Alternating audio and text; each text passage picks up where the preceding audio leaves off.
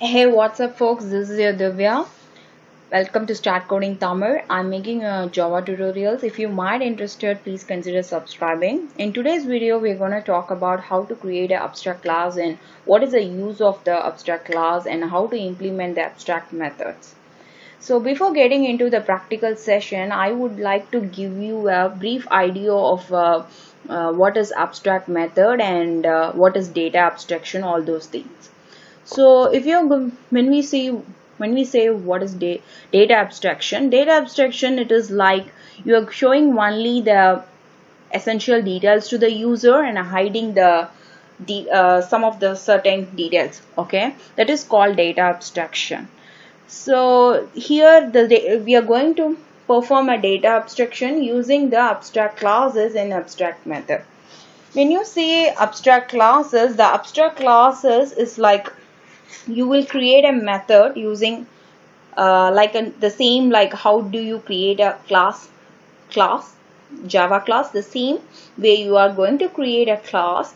Before the class name, you are going to add the abstract, that is called abstract class. What is the use of these abstract class? So in abstract class you can have at least one abstract method, and there is no restriction in creating a variable. So you can able to create variables. You can have at least more than one abstract method, and you can also have multiple methods. And the good thing is about the abstract class cannot be instantiated. Okay, so whenever the abstract class it cannot be instantiated, but using the subclass object you can instantiate those abstract class. You can use those methods. Here the beautiful part is, if you are creating an abstract method, so see here you can able to see public abstract void set address of. We know how to declare a method, right? Public void set address, that is declaring a method usual type. But here we are going to add an abstract before the return type. Okay, and there is no return type, or before the return type you are going to add an abstract, and you doesn't have any body. That is called, because some of the people don't know how to implement the abstract, where to implement the abstract method and the interface. Like that interface, there is a difference between abstract class and interface. I'm not taking in this session, but I will continue in the later video.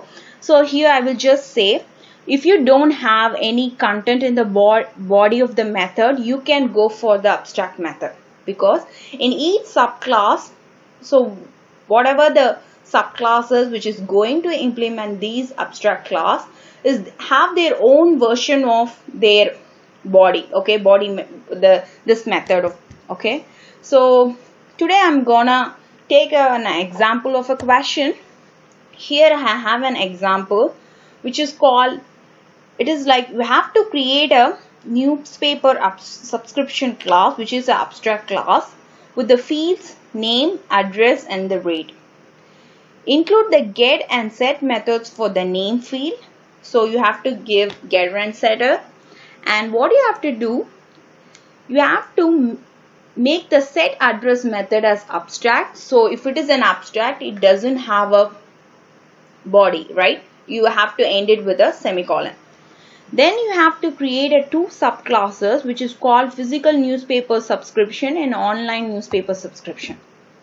So here the parameter for the set address method of the physical newspaper subscription class must contain at least one digit. Otherwise an error is displayed and the subscription rate is set to 0. Here they are saying if the address has at least one digit, so it is if it doesn't have a one digit, you have to say set the rate to 0 and say an error message that it is not valid or something like that. Otherwise the subscription rate should be 15. The same way for the email, it should consist of @ symbol. Otherwise it should say it is not it is not a valid email ID, and you set the rate to 0. If it is not, it is a valid one, you have to set it to 9. So then you have to write a subscription subtypes and display the data fields. So this is what we're gonna make. So this is my class. Here I created a class called public abstract class newspaper subscription. Here I am declaring private string name, address and rate, and I generated the getter and setter except the set address. So here I am making public abstract void set address of string address. Here whatever I'm going to pass the argument or something like that, so it will here only each of the class will be doing their own version. Okay, so if I'm going, then I create a physical newspaper subscription which is extending the newspaper subscription. Okay, so here the inheritance is playing the role. If you want to know about inheritance, I would encourage you to check my inheritance concept video. Okay, here I'm going to talk about only how to create abstract method. So here what happened, so whenever I'm creating, see here, so whenever I'm giving a newspaper subscription, you will get here override method. So it will give you automatically ask you to implement these override method because it is already there. So here you are going to say, if I wrote a method string contains number. Okay, here the address. So if it is contains a number, I'm passing into a character array and I'm checking if the character, if any of one character is contains a digit, then make it to true, otherwise false. So this method will be returning a true or false. If it is false, send a message that is address is not clear and set the rate to 0 and null. If it is true, set the rate to 15 and the address. Okay, the same way for the online subscription, I created a same address. So here I'm just followed a pattern rejects. So if it is contains like @ symbol, so it is a valid email ID. Then if it is a, so here it will return the valid email ID. One second. Yeah, so I didn't call that method, so here I didn't use this method. If you want, I can use it. Just remove this here and see is valid of address.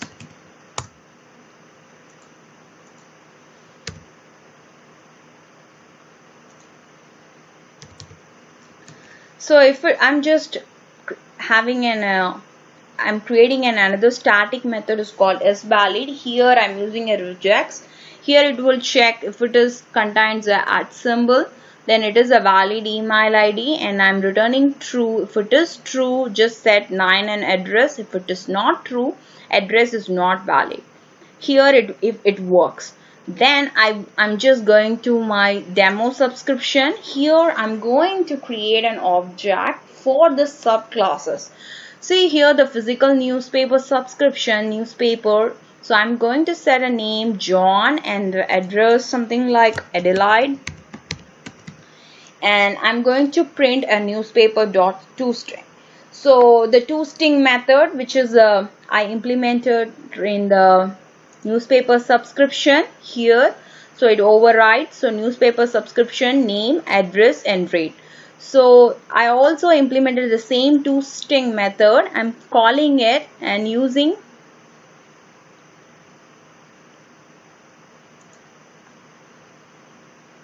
super.toString. Okay, so if I'm go here and make it as a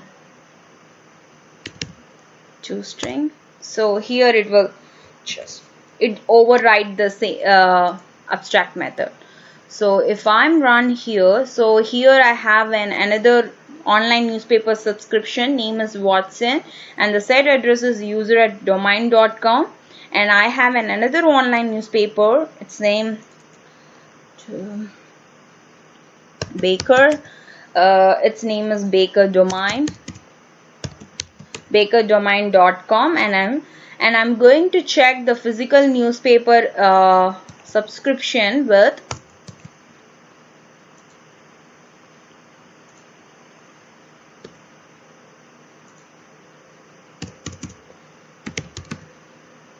without number. Okay, so I just want to know what it is printing. Okay, so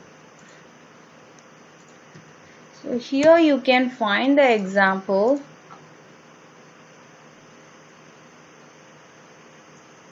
So the first one is the newspaper subscription John 25 Adelaide, rate is 15. So it is printed. Okay.